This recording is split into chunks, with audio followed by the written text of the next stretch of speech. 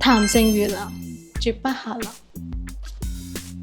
我係後生妹 Leanne，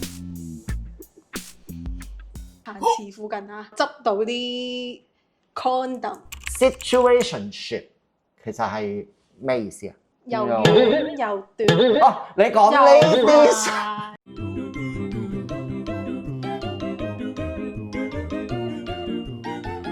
歡迎大家咧再次嚟到談性如流嘅節目，我係足智中醫嘅高級治療師 Abel。咁咧我就參考過我哋睇我哋節目嘅男士啦。咁其實都比較少 Gen C 呢一代嘅人嘅。咁其實我哋今日咧就請咗位阿 Gen C Leanne 上嚟咧，同大家分享下 Gen C 其實佢哋對性嘅睇法係點樣咧？其實佢哋嘅會唔會比較開放，定係點比較含羞？等你哋大家清楚了解一下先。咁 Leanne， 我想問下你今年幾多歲？OK， 波波脆。咁我想問下你對於性嘅觀念，你係覺得可以先性後愛啊，定係要有愛先至有性咧？我覺得係要十分之愛先有。點為之十分之愛？即係可能喺個巴嗰度識10秒鐘咁。哎呀，我而家好愛你咁，跟住就可以嚟。哦，咁起碼要追3個月先啦，俾我睇下佢咩料先啦。追3個月。係啊，都幾考時間喎。都要度一度佢咩程度噶嘛。哦，即係間唔中點啊？嘅身體接觸下。咁其實你講嘅追會唔會係即係都可能問下佢嘅身體狀況？係啊，健唔健康啊？喂，你得唔得㗎？或者咩 size 啊？咁呢個係一個了解嘅過程嚟嘅，即係你要好有把握先至同佢可能發生性行為呢一樣嘢。冇錯。明白。咁而你其他朋友咧，係啦，其他朋友又係點嘅咧？咁我身邊都有幾個 friend 係即係受過傷害啦。係啊。哎呀，然之後係咯，好慘。跟住而家係轉晒個諗法，係先性後愛嘅。受過咩傷害？係啲你知男人㗎啦，又遠又短。哦，你講呢啲傷害，搞唔掂㗎喎！咁你有冇受過傷害啊？我即係你起晒底啦，咁所以個傷害就我梗係 check 過晒㗎啦。OK， 明白。嗱，咁咧其實想都了解多啲 Gen C 嘅，即係可能你哋去溝 Gen C 嘅時候要溝通得到嘛，係咪？有啲 terms 想你解釋下嘅 situationship 其實係咩意思啊 ？situationship， 即係 friend， 但係齋搞嘢，冇任何感情嘅。係。不過私底下即係 friend 做過晒嘅嘢都會做咯。係。但係唔會話你係咪當我女朋友、男朋友咁樣嘅？係。即係冇一個身份嘅認定。咁我喺我心目中個situationship 呢個字咧，可能有啲分別。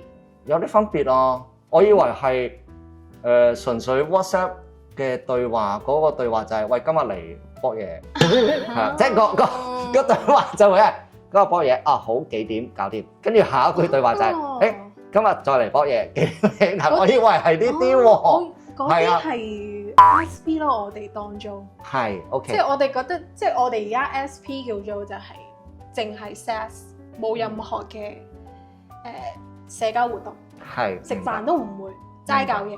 明白。咁我想知道咧，你哋呢一代嘅人會去邊度揾 SP 啊？社交軟件，即係交友 app 啦。係。而家市面上有好多交友 app 都係。你用開邊個啊？各位觀眾都想揾到你嘅喎，可以邊度揾到你啊？可以上 IG 揾我。係啊，一陣間咧喺下面咧就會帶咗佢嘅 IG 出嚟㗎啦。係 OK， 仲有啲咩方法去識啲 SP 啊？最近好 hit 嗰個觀塘海濱啊！即係要去嗰度揾你。你喺第幾格個廁所出現啊？你唔好咁講啦。係啦，嗰度係其實點樣啊？嗰度其實我睇新聞咧，即係多數我都係睇新聞會有聽嗰啲地方，因為其實我唔係住開嗰區，即係唔會特登落去。嗱，我喺我嘅印象純粹喺新聞聽到嘅嘢就係啲嗰度啲殘廁好忙嘅，咁好多啲僆仔僆妹咁喺嗰度玩到凌晨啊，又唔翻屋企啊咁樣嘅，係啦。即係我嘅意思係可能佢哋係圍埋，可能揸個吉他唱下歌，大家 jam 下歌咁樣啊。咁其實係點？你有冇去過？我咧就冇去過嘅。咁我有啲 friend 係講緊16、17歲啦。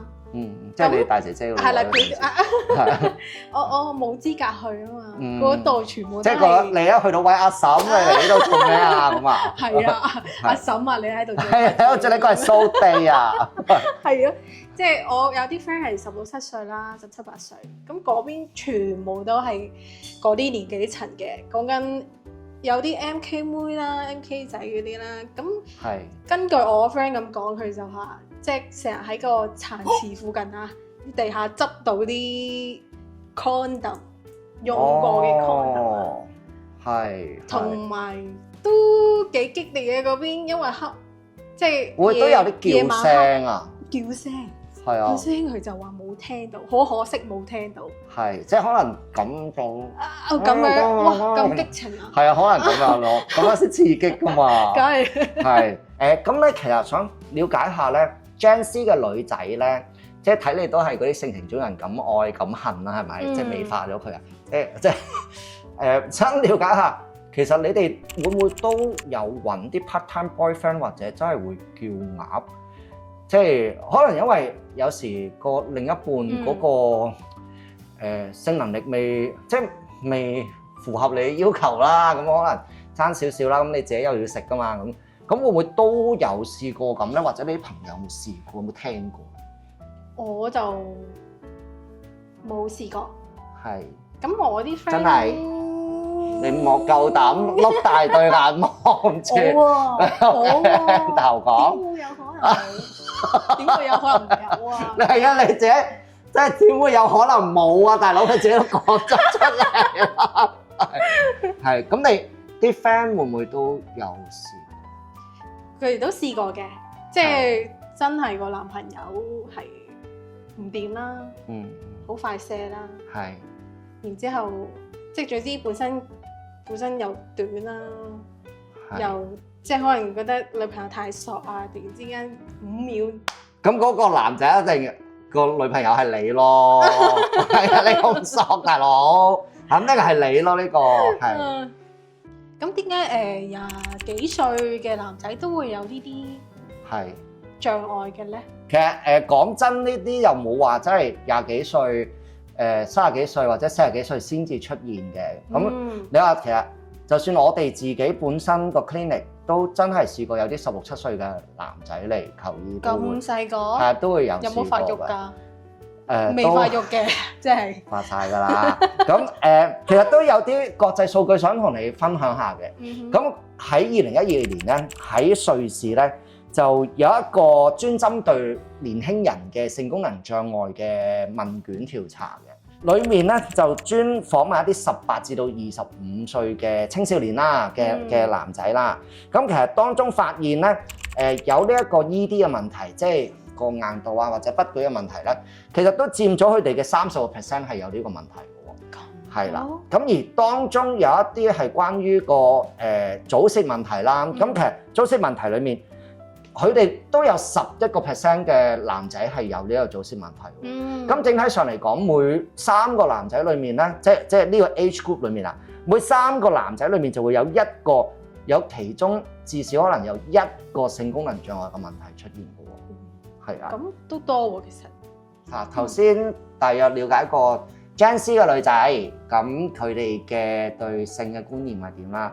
我就想了解翻你哋呢啲用家對 Gen Z 嘅男仔，咁其實 Gen Z 嘅男仔，你哋覺得佢哋嘅性嘅表現啊，呢啲好評定係負評，定係有啲咩要改進，有啲咩經歷？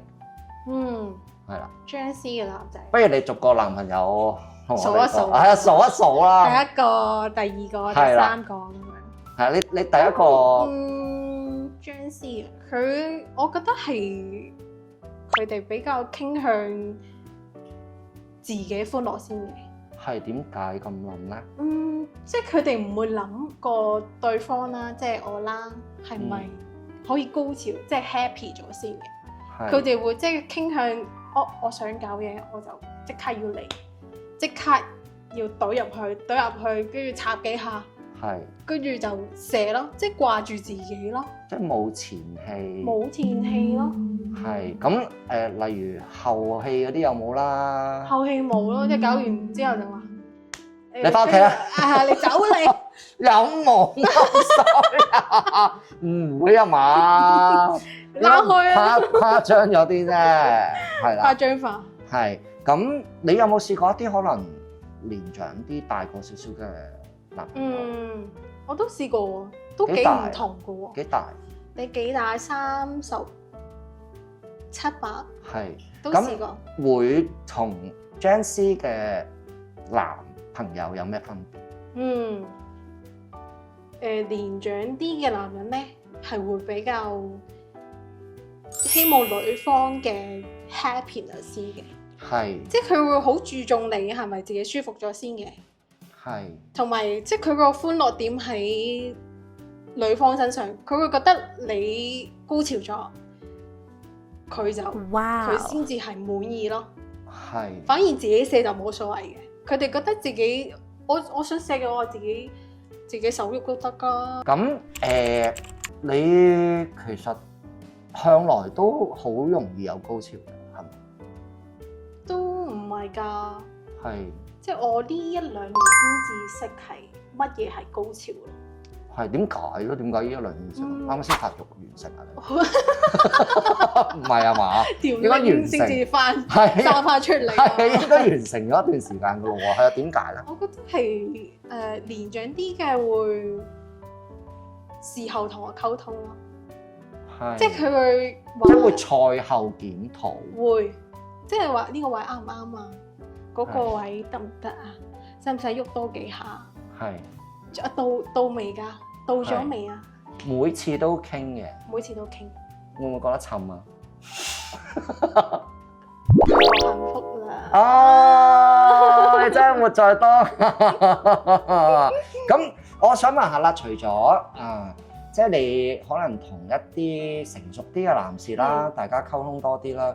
咁你話除咗溝通多啲之外，咁其實可能年輕嘅男士同埋成熟嘅男士咧，咁佢哋喺真係身體嘅狀況啦，即係例如硬度啊、持久力啊嗰啲，會唔會都有好明顯嘅差異咧？都有嘅喎。Janice 我覺得係比較，佢可能插幾下就頂唔順啊！你咁傻，真係喎，真係講緊可能5下，有啲試過。5下，真係。你有冇同佢傾翻？佢都唔聽嘅，即係佢完全當你嘅説話。喂，你5下，咩意思啊？即係話我唔得啦，而家。係。我好勁喎，係你唔得嘅啫，咁樣咯。即係呢啲 feel 咯，係。咁其實真係一個 Janice 嘅男朋友都唔會溝通呢一樣嘢。都有嘅，有一個咯。係有一個，係咁點啊？你哋點樣解決？我揾咗你咯。即係我哋好耐之前已經呢個結下呢一個緣分㗎啦。OK，咁嗰陣時個效果點啊？完之後，梗係掂啦，玩嘢啊！咁但係你哋有分手嘅？唔好講呢啲啦。OK，明白。咁所以咧，其實你話一啲性功能障礙問題啊，或者雙方喺性愛過程裡面得唔得到滿足，大家嘅溝通其實好重要㗎。係咯，呢個真係好重要㗎。咁你哋女朋友有冇同你哋溝通過呢樣嘢㗎？記得喺留言區話我知，我想知啊。係喎，喺中醫角度，年輕男士同成熟男士嘅性功能障礙有啲咩唔同㗎？嗱，其實年輕嘅男士咧，正值啊腎氣旺盛啊，本應就唔應該有性功能障礙問題嘅。而一般咧，我哋嘅病人即係年輕啲嘅病人啦，都會係因為嗰個生活習慣問題所引致㗎。例如手淫過多啦、房事過多，從而引致陰虛火旺嘅情況出現；工作及家庭嘅壓力大啦，色情資訊過多，從而引起情志不遂啦、肝氣鬱結嘅。咁而煙酒啊、捱夜啊、飲食生活不節啊，從而影響咗個血氣運行咧，都會係主要年輕男士嘅性功能障礙問題嘅原因㗎。咁但係多數嘅年輕男士咧，其實佢哋嘅治療嘅效果會好快啦，係啦，即係好快會睇到嘢啦。咁而年長嘅男士咧，多數都係即係唔係話多數啦，都一定係啦，一定係因為個年齡開始變大啦，咁個身體機能開始差啦，咁所以個腎精嘅耗損為主啊。咁而治療時間方面咧，其實真係要花多少少，即係年紀大咗就大咗，咁所以要有啲耐性啊，同埋花多啲少少時間規律啲咯。咁但係現代嘅醫學嚟講咧，其實以中醫配合埋西方嘅理療咧，其實亦都幫助個治療嘅時間縮短咗啦，同埋個效果顯著咗好多㗎。所以咧，最緊要如果大家遇到一啲性功能障礙問題咧，千祈唔好諱疾忌醫，記得要揾專業人士幫手啊。咁其實嚟到呢度咧就差唔多啦。咁如果大家觀眾喜歡我哋頭先嘅內容咧，記得俾個 like 我哋，同埋俾個 comment， 同埋 share 俾你有需要嘅朋友。記得 subscribe 我哋嘅 channel， 撳埋個鐘仔，下次我哋有新片出嘅時候，會第一個通知你㗎。下次再見啦，拜拜。